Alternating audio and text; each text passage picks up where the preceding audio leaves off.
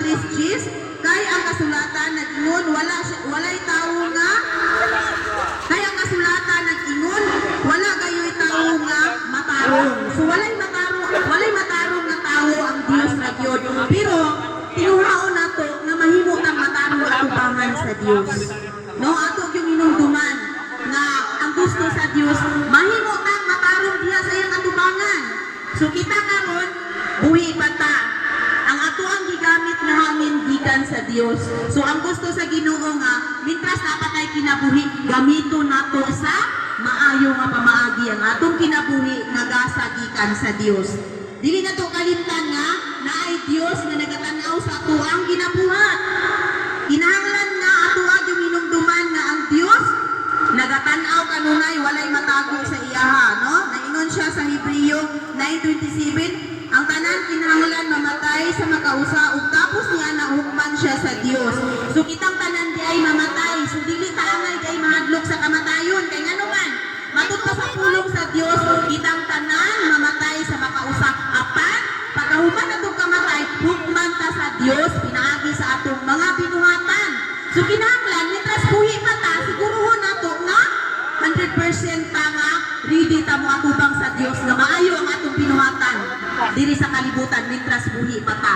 So ang pinaka-importante gyud mga igsoon mitras buhi pa ta sa kalibutan ipakita nato sa ato ang mga mahal sa kinabuhi nga gimahal nato sila. Mubuhat ta og maayo sa atong isig ka tawo kay ngano man mauro na ikagarantiya nato sa Dios kung moatubang nata sa iyaha. Ang atong pagkinabuhi nga matarong atubangan sa Dios. Kinahanglan gyud nga alagaran nato ang Dios sa ato ang kinabuhi mintras buhi pa ta. Ngano man kung namatay na ta wala na gyud kay mahimo. Dili na ta makabalos kun giunsa ka pagmahal sa Dios. Grasya sa Ginoo karon nga gihatag sa ato nga karon wala ta sa ospital. Buhi pa ta, kumpleto pa ato ang lawas. So ato yung hunahunahon nga pinaka-importante o dili ang atong kinabuhi. Mao na nga dili gyud nato kanang pahimuslan usahay ang kalibutan nga para lang madaot ang ato ang kinabuhi.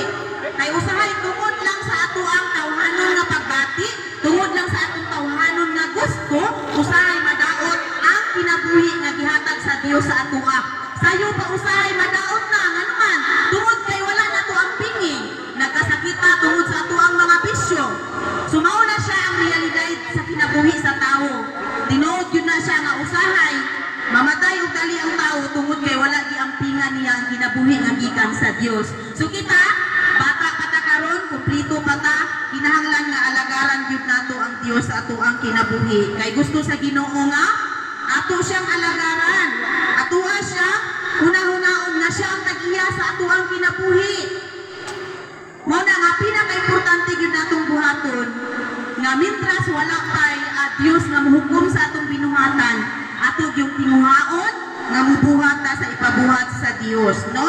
Kay sa Isaiah 44:21 naingon siya kitang tanan giumol sa Dios aron kita moalagad kaniya ug dili ta niya kalimtan. So kitang tanan gihulma ta sa Dios or gihimo ta sa Dios aron moalagad sa iyaha. So ang sugo sa Dios moalagad ta niya. So kumusta man ang atong kinabuhi karon? Naa pa man tay oxygen nga gikan sa Dios. Imo ba nang gigamit gialagad ba na nimo sa Dios or imo lang nang giusik-usikan ang kinabuhi nga gihatag sa Dios sa imuha? Imuha lang nang wala nimo ang pingi. Kumusta atong kinabuhi? Ampingan ba nato? Kay ngano man, usahay ra ba ma-realize nato ang atong kinabuhi?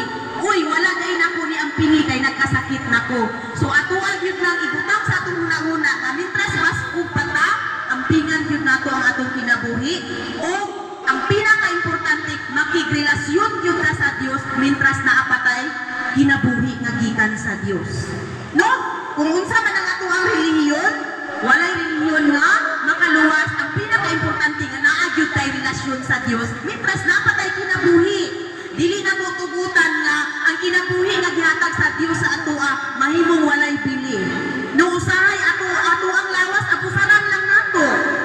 Pero atong hinumduman nga wala gyud baligya sa merkado nga atong kinabuhi. Usahay mamatay ang tawo tungod sa subraan sa kanang kasubok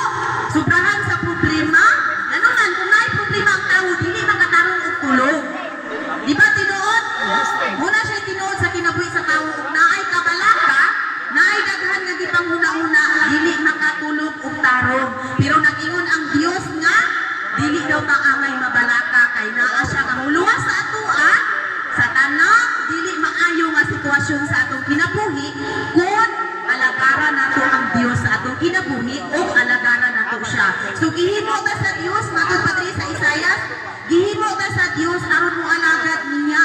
So kung mo alagad ta sa Dios, dili daw ta niya kalimtan. O naingon siya, giumol sa Dios, kitang tanan giumol sa Dios. So walay tao diri nga wala gihimo sa Dios kay kitang tanan gyud giumol sa Dios or gihimo gihulma sa Dios aron kita mo alagad kaniya o dili ta niya kalimtan. So kung mo alagad ta sa Dios, dili di ay ta niya kalimtan. Usahay makaana tanong nga, Lord, daghan naman kay kong problema, murag nalimtan na gyud ko nimo Ginoo. Makaana ka, usahay pag yun, basulon pag yun nato ang Ginoo sa ato ang sitwasyon sa kinabuhi. Na Lord, maayo lagi sila kahimtang nga wala man sila nangalagad sa imuha, wala man sila simba-simba, daghan man sila kwarta. Kami Ginoo nga nagsimba, wala man mi kwarta, apiki man among kinabuhi. Usahay ang tao inana ka unfair mo question. Pero hinumdumi mga igsuon, ahay importante ang kinabuhi or ang kabtangan. Mag-unsa man ang kumpay kung wala na mukaon. Muna nga kita, ang ato ang kinabuhi, kitang tanan, gipahulam na na sa Dios. Sumauna nga, ang pinaka-importante nga sugo sa Dios nga, muhimo ta og maayo. Labi na sa atong isig katawo. Usahay puno ta sa kasubo, sakit sa kasing-kasing. Ano man, usahay na ay problema, relasyon sa pamilya, sa bana, sa asawa, sa mga anak, silingan. Dili na siya mawala, manaatay problema sa inana nga sitwasyon. Nya usahay, mutanon ta og dumot. Mutanon ta og kaligot-got, kasugo, kanang dili na to ginaalaw nga mupasaylo ta sa atong isig katawo. Isa ra ba na siya nga inanay nga kamatayon kung magsigitat kasubo. Kay sa Proverbs walay tao nga makapadugang sa iyang kinabuhi kung sige siya guna-una sa iyang mga problema. So ginapahinumduman yun na ita sa Ginoo. Grabe ang pulong sa Dios na napahinumdum yun kanunay.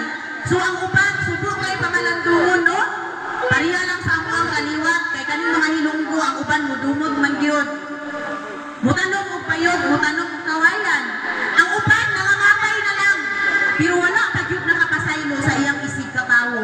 Abi ninyo mga igsuon, kanang kasing-kasing nga dili ka balo mo pasaylo, dili yun malipay ang Dios, anak. Kaya nga naman, gusto sa Ginoo nga, mitras buhi pa ta, kabalo yun ta mo pasaylo sa atong isig katawo. So kinahanglan nga naagyo kay kasing-kasing nga, upaubos. Nga naman, malipay di ay ang Dios sa mga tao nga adunay kasing-kasing nga kabalo mo pasaylo o kabalo po mo pailo.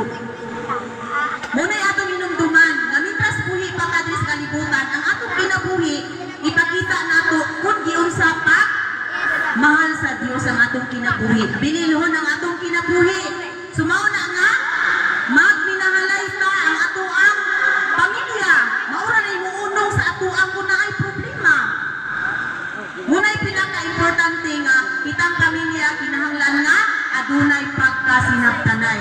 Kay gusto yun sa Ginoo nga, ang iyang mga kaanakan, mitras buhi pa, gusto sa Dios na muhimo sa iyang kaubuton. So ang kaubuton sa Dios nga mao ang paghimo og maayo, labi na sa imuhang isig katawo.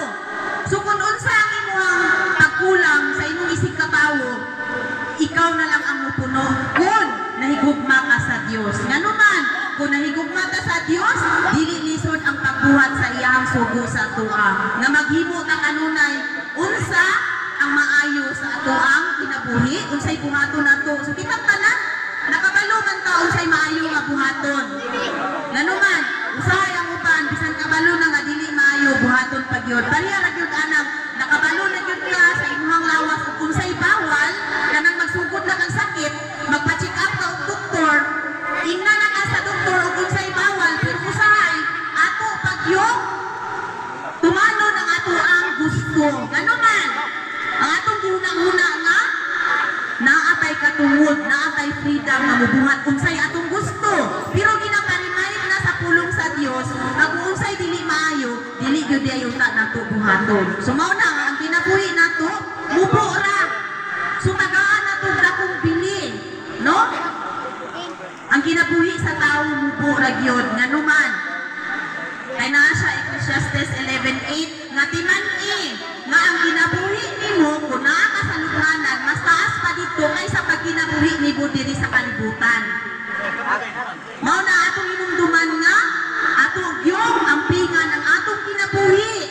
Unya na ingon siya, wala na daw tay makaabot kung kita tabunan na maghulat na lang ta sa hukom sa Dios.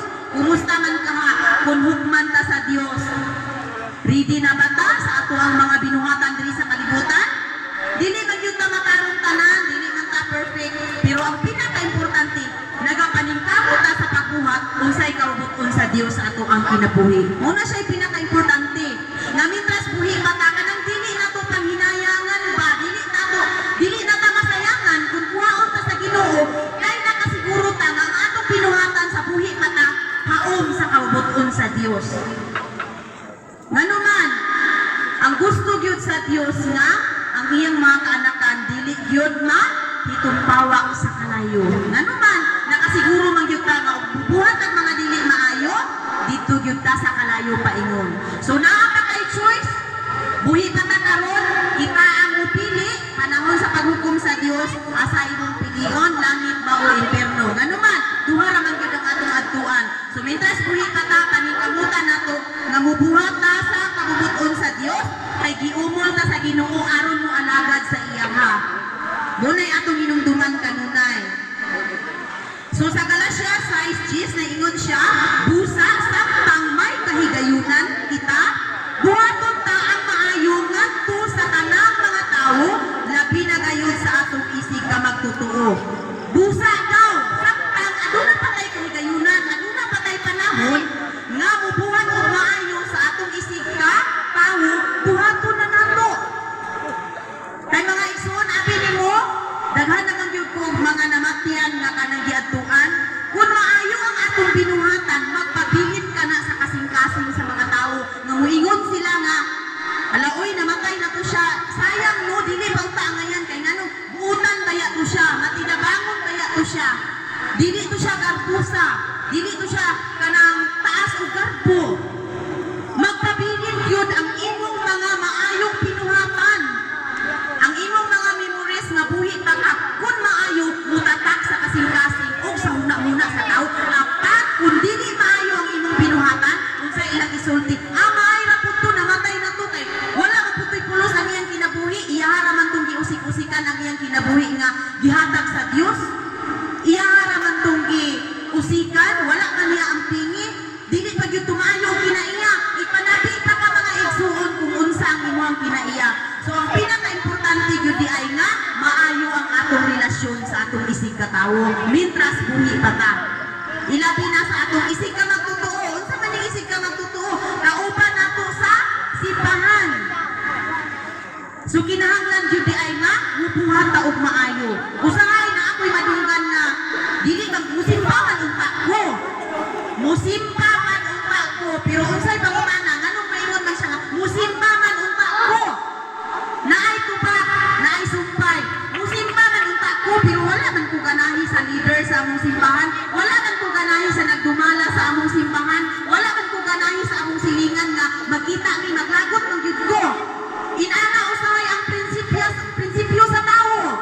Dili siya moalagad sa Dios tungod kay naa siya gikasukan nga tao, pero mga igsuon, dili gyud na kalipay sa Dios nga kana nga ugali. Ang kalipay sa Dios aduna tay kasing-kasing nga mapainubsanon ug adunay kahadlok sa Dios. Og mabuhat nato na kun naa tay kahadlok sa Dios, ang pabuhat og maayo sa atong isig ka tawo. Ang pinaka-importante gyud mintras buhi pa ta, makigrelasyon ta sa Dios. Ikaduha, maayo ang atong relasyon sa atong isig ka tawo.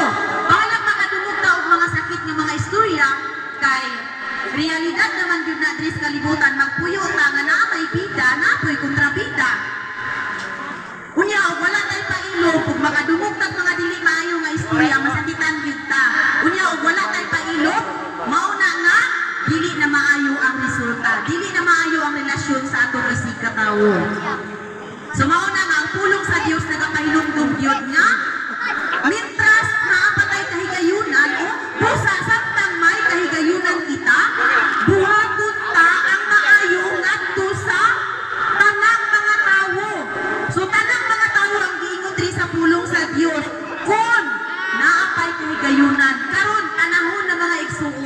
buhi patak mubuhat na unsay pabuhat sa Dios nga kanang makapalipay sa Dios. Aron dili nato kanang sayangan ang ato ang kinabuhi nga ug mamatay ta, naka-sure gyud ta nga makiguban gyud ta sa Dios. Pero ang tawo nga mamatay nga walay Dios sa iyang kinabuhi, walay relasyon sa iyang kinabuhi, walay kahadlok sa Dios sa iyang kinabuhi, siya ang pinaka makaluluoy. Ngano man hukman ta sa Dios, ngano man walay natago sa Dios. Makita niya ang tanan, dayang tanan atubangan sa Dios. So dako pa kaayo og kahigayunan, dako pa kaayo panahon nga mubuhat ta unsay maayo. Labi na sa relasyon sa atoang pamilya, relasyon sa atoang isig katawo. Ato yung hinumduman nga mubo ra atong kinabuhi. Unya mamatay ta, nagdala ta kasuko, nagdala ta og pagdumot, dili malipay ang Dios. Atong hinumduman gyud na ang tulong sa Dios, nagatutlo kanunay sa atoa. Pasalamat ta kay naa pa tay pulong karon nga madunggan, so dili nato isalikway ang pulong sa Dios. Kay ang tawo nga nagsalikway sa pulong sa Dios, no? Na hikaw siya sa kaayuhan sa iyang kinabuhi. So na siya sa Proverbs na kinahanglan kung gusto ka og kaayuhan, gusto ka dugang nga kaalak, panginahon gyud nato ang pulong nga gikan sa Dios. Naingon siya sa Panultihon 15:18. Ang pagkadali ang masuko, maoy makaingon sa panag-away, apat ang pailog, maoy magdala sa kalinaw. So kinahanglan di ay nga aduna tay pailog. Kay ang pailog nagdala sa kinabuhi sa kalinaw. Kisay gusto og kalinaw nga kinabuhi. Wala gyud siguro tawo nga dili gusto og kalinaw. Kalinaw sa panimalay, kalinaw sa silingan, kalinaw sa relasyon. Tanan ang tawo gusto gyud og kalinaw. Di ba ang tawo nga ay kalinaw makatulog og tarong, pero ang tawo nga walay kalinaw dili yun nakatulog og tarong. Labi na kung naa siya gikasuktan, usay mo plano pa siya og dili maayo sa iyang isig katawo. Sari-sari ang ato ang problema diri sa kalibutan. Apan ginakahinumduman gyud ta sa Dios nga mubuhat gyud ta unsay pinakamaayo. Ang pinakamaayo gyud nga atong buhaton nga maghigugmaay gyud ta nga isig katawo. Kay nganuman niingon ang pulong sa Dios samtang may kahigayunan pa, buhata ang maayo sa tanang tawo. Dili ang pulong nag-ingon nga buhata lang ang imuhang kanang kamaayo kun mapuslan nimo ang tawo. Na may tawo nga inana og kinaiya nga kun mapuslan niya ang tawo nga madali-dali niya tuol, mao ra poy iya ang pinaka best friend, pinaka the best para sa iyaha. Pero kung dili niya mapuslan, lahi pud ang iyang pagtratar. Pero ang tudlo sa pulong sa Dios, buhata ang maayo sa tanang tawo. So kinahanglan maapi-apihon di ay ta. Ipahari na to ang gugma sa atong kasing-kasing mintras buhi pa ta. Kay aron dili ta magmahay kung moabot ang panahon nga kuhaon na ta sa Dios. Ang pinaka-importante gyud nga naa tay relasyon sa Dios. Kay gibuhat ta sa Dios aron mo alagad sa iyaha. So unsa may pulos sa paghatag sa Dios sa kinabuhi nga imong gigamit, anak hangin nga imong gigamit karon, dili gyud ka makabayad anak kung tinglot ka sa Dios. Pero ang giingon sa Dios, mualagad ta niya. So wala man tay kabalo sa iya, mao lamang ang pag-alagad nato sa iya ha. Tagaan nato panahon ang Dios. Dili kay hugdo nato ang panahon para na lang tanan sa ato ang kaugalingon. Kay ano man, kung ma-over ta sa kabisi, paingon ra gyapon na sa ato ang lawas. So unang hinumduman gyud nato nga, ginapahinumduman gyud ta sa Dios nga buhato nato unsay maayo mintras buhi pa ta sa kalibutan. Hinumduman gyud nato nga